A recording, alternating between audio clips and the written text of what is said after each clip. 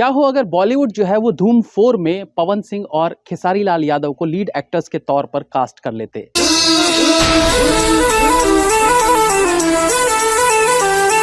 कुछ लोगों को हंसी आएगी कि जिस फिल्म इंडस्ट्री का कोई वजूद नहीं है, जिस इंडस्ट्री को कोई सीरियसली नहीं लेता, वहां के स्टार्स बॉलीवुड में, वो भी धूम फ्रेंचाइजी में।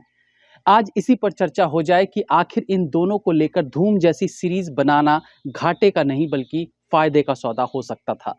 वेलकम टू पलट तेरा ध्यान किधर है।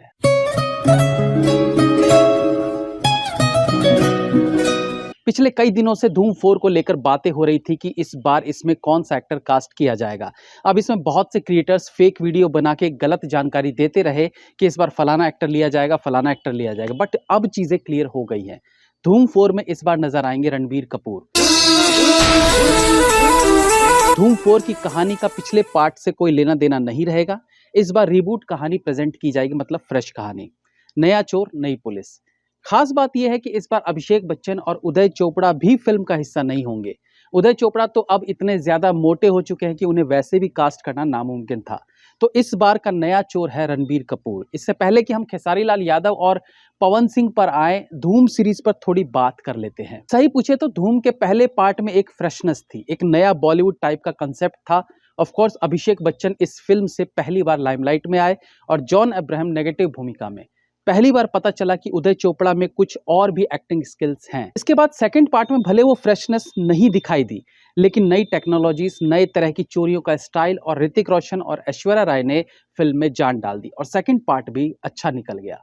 बट प्रॉब्लम थी थर्ड फ्रेंचाइजी में। ऑफ कोर्स कहानी अलग थी, बट शायद सेम कॉन्सेप्ट से लोग ऊब गए थे, या फिर आमिर खान का लार्जर देन लाइफ वाला कॉमर्शियल सिनेमा थोड़ा खटका। बट जो भी था, पर्सनली मुझे शुरुआती दोनों पार्ट्स थर्ड पार्ट के मुकाबले ज्यादा बेटर लगे। एनीवेज, अब आते हैं इस बात पर कि भोजपुरी स्टार्स इस तरह की महंगी बॉलीवुड फिल्म में काम करें तो क्या प्रोड्यूसर्स का पैसा डूब जाएगा, या फिर इसका उल्टा भी हो सकता है। पहली नजर में जब आपने थंबनेल देखा होगा या जब वीडियो में हमने ये बात बोली तो निसंदेह आपको हंसी आई होगी, क्योंकि भोजपुरी फिल्म के हीरोज को बिहार और यूपी के बाहर की जनता उतना सीरियसली लेती ही नहीं। लेकिन आंकड़े कुछ और बताते हैं। इन दोनों स्टार्स की पॉपुलैरिटी को आप नजरअंदाज नहीं कर सकते। पवन सिंह के YouTube पर मोस्ट व्यूड सॉन्ग्स की बात करें तो इनका सॉन्ग राते दिया बुता के अब तक YouTube पर 612 मिलियन व्यूज बटोर चुका है।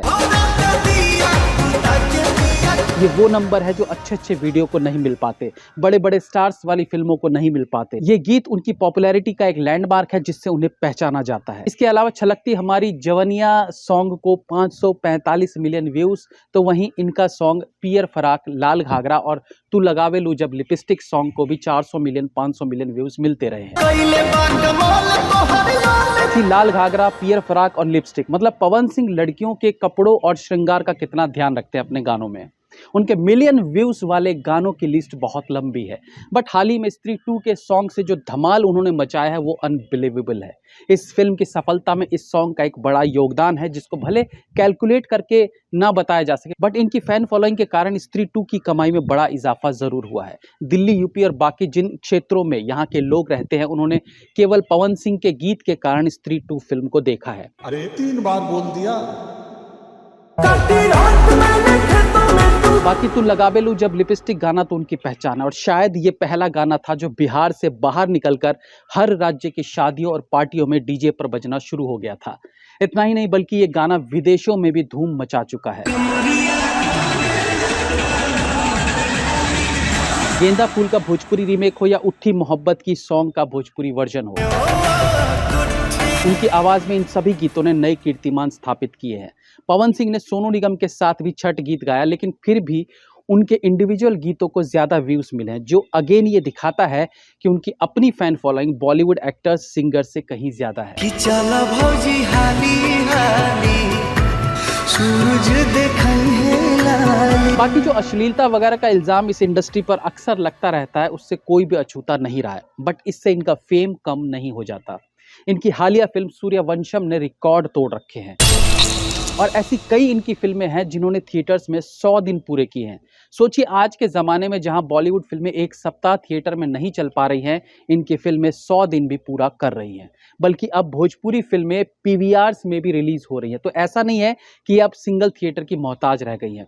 तो ऐसी शख्सियत धूम जैसी सीरीज हो या कोई भी बड़ी बॉलीवुड फिल्म, उसका पार्ट बने तो बॉक्स ऑफिस हिला सकते हैं। दूसरा स्टार खेसारी लाल यादव, वो सेल्फ मेड अभिनेता जो लड़कियों के कपड़े पहनकर शादियों में डांस करने से लेकर सोशल मीडिया पर मिलियन की फैन फॉलोइंग वाला अभिनेता बना। वो एक्टर जिसने न केवल फिल्मों में अपना दबदबा बनाया बल्कि सिंगिंग में भी झंडे गाड़ दिए। साजन चले ससुराल से लेकर जान तेरे नाम, कूली नंबर 1, मुकद्दर, संघर्ष आदि फिल्मों में उन्होंने काम किया। वेट, इन फिल्मों के नाम से आप कंफ्यूज मत हो जाना, ये सारी बॉलीवुड की नहीं बल्कि भोजपुरी फिल्में हैं। वहां ऐसे ही बॉलीवुड नाम वाली फिल्में बनती रहती हैं। खेसारी लाल यादव के गानों की बात करें तो यूट्यूब पर इनका मोस्ट व्यूड सॉन्ग है सज के संवर के, जिसके 524 मिलियन व्यूज हैं। ये वो नंबर्स हैं जो बड़े बड़े सिंगर्स के गानों को भी नहीं मिल पाते हैं।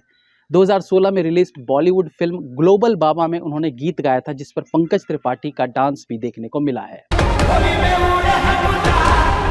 इसके अलावा बादशाह के सॉन्ग पानी पानी में भी उन्होंने साथ में गाया है, जिसको करीब 100 मिलियन व्यूज मिले थे और उनके खुद के गानों पर 400-500 मिलियन व्यूज आते हैं। तो आप सोचिए बादशाह जैसे सिंगर के रहते और ना रहते उनके गानों के व्यूज में कितना फर्क है। अगर फेक व्यूज होते तो बादशाह वाले सॉन्ग पर भी कई 100 मिलियंस जा सकते थे। तो पॉपुलैरिटी के पॉइंट ऑफ व्यू से इन दोनों भोजपुरी एक्टर्स पर बॉलीवुड प्रोड्यूसर दांव खेल सकते हैं।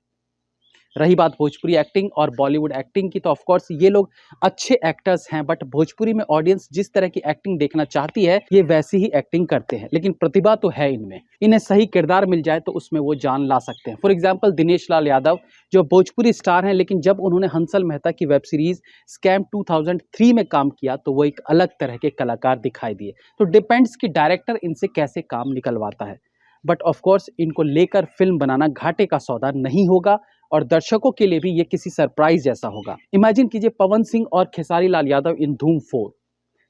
That's all for today friends, be safe, have fun, take care, bye.